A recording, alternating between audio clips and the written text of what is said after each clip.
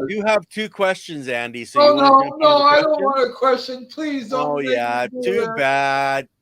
Fungally dominated soil with sunflowers and hemp to possibly remediate toxic soil, The hemp will the hemp will pull out toxins as and long so as will you're the not. sunflowers. And so will sunflowers, as long as you're not planning on eating them and Yeah, using them, because otherwise you will get the toxins. you A, want to a good compost them. a You good want to ru- compost. a real good rule of thumb to remediate the toxic soil is to what? Make some really, really rich compost and inoculate it with that. So what I would do is I would start the composting process and then bury it into the soil halfway through and let it finish in the soil. Okay, that's interesting. So you're talking let it heat up and then just Yeah. throw it right into the soil and bury it in like an inch, a Turn half inch oh down. an inch is you're kidding me. No, it depends how much root systems you have, whatever is there, Yeah, yeah, But if you can go down a foot or two or whatever amount you can go down and turn that over and blend it in with your compost. So the compost is heating up. I think it goes like 190, 200 degrees Fahrenheit. That's a good temperature to shoot for. You're cooking it. You're doing it. Then you literally take that and turn it over, bury it into the soil that you want to clean up. And that's a big part right there that will break up all the toxins faster than you can imagine. Because what will happen is as soon as the mushroom starts coming up, as soon as the mycelium takes hold, then you know you're in the process of cleaning up. It doesn't take very long.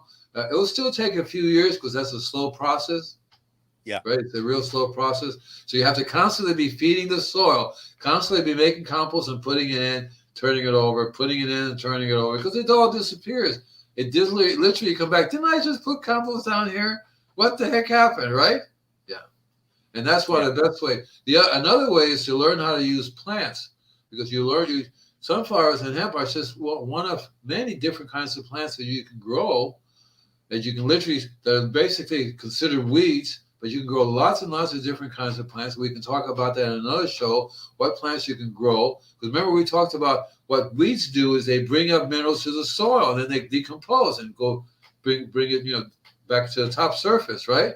See? yeah, So hemp happens to be one. Marijuana does the same thing too. It pulls it up. Anything you yeah, consider to be a weed, right? yeah, So dandelions would do the same thing. There's tons and tons of herbs and tons of other plants.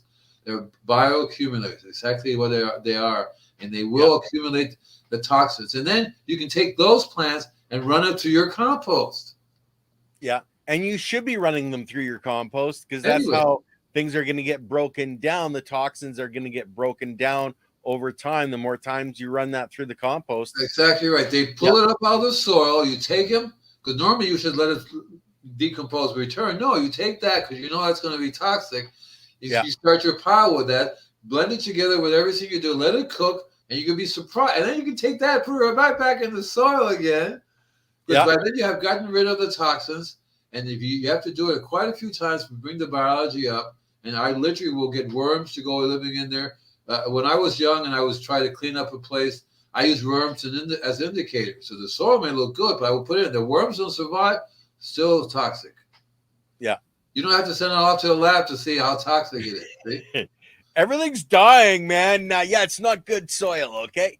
So soil labs are good. Soil tests are good to determine a variety of things that are going on. So you may want to do a soil test at many different companies, and I'm happy to have one of them come on the guest because they're basically they're labs. They tell you Yeah, what biology you have, what pH you have, what's available, the amounts of nutrients you have, whether they're at toxic levels. You see what I mean? You have too much iron, too much salt. Usually they'll find that a chemically fertilized place is going to be overloaded with salts. That's toxic. Those are salts.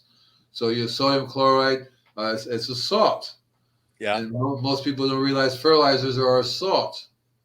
Mm-hmm. Urea causes a wide variety of damage to the soil microbes, but it's a toxic. It's a toxin. It's cocaine for the soil. So to remediate, you want it to just grow anything it wants to grow. A simple nasturtium plant will go nuts. Nasturtium just grows like crazy. And if you like sunflowers, you'll find that there's about 100 varieties of different kinds, same kind of sunflowers that you can grow that will just suck everything up, and you're not going to eat those things. You're going to recompost them again. Yeah.